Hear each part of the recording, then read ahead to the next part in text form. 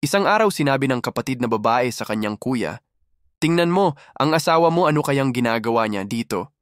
Pagkarinig nito, may umusbong na pagdududa sa isip ng lalaki. Agad niyang kinuha ang kanyang telepono at tinawagan ang asawa.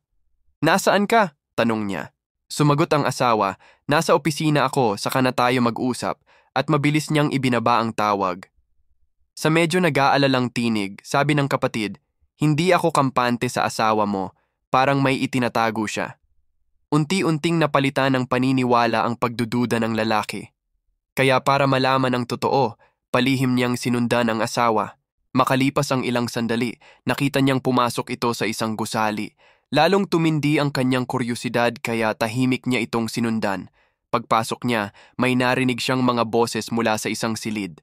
Pumasok ang asawa at masayang nagsabi, "Ma, tingnan mo, ang dami kong dalang regalo para sa'yo." Nagulat ang lalaki sa kanyang narinig. Sa mahinang tinig, sabi ng ina, "Anak, bakit ka pa bumibisita sa matandang may sakit na ina?" Malungkot na tugon ng babae, "Ma, kung hindi ako ang mag-aalaga sa'yo, sino pa?"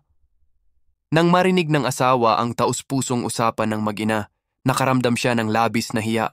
Nagsisi siya na pinag-isipan niya ng masama ang asawa nang hindi man lang nalalaman ang totoo. Tandaan natin, bawat katotohanan ay may dahilan at hindi lahat ng iyon ay nakikita agad sa unang tingin. Ang pagmamahalan ng isang ina at anak ay isang kayamanang hindi matutumbasan. Bago tayo humusga, alamin muna natin ang buong kwento. Kaibigan, kung nagustuhan mo ang ating kwento, mag-iwan ng komento sa ibaba at huwag kalimutang mag-like and share. Salamat sa panonood.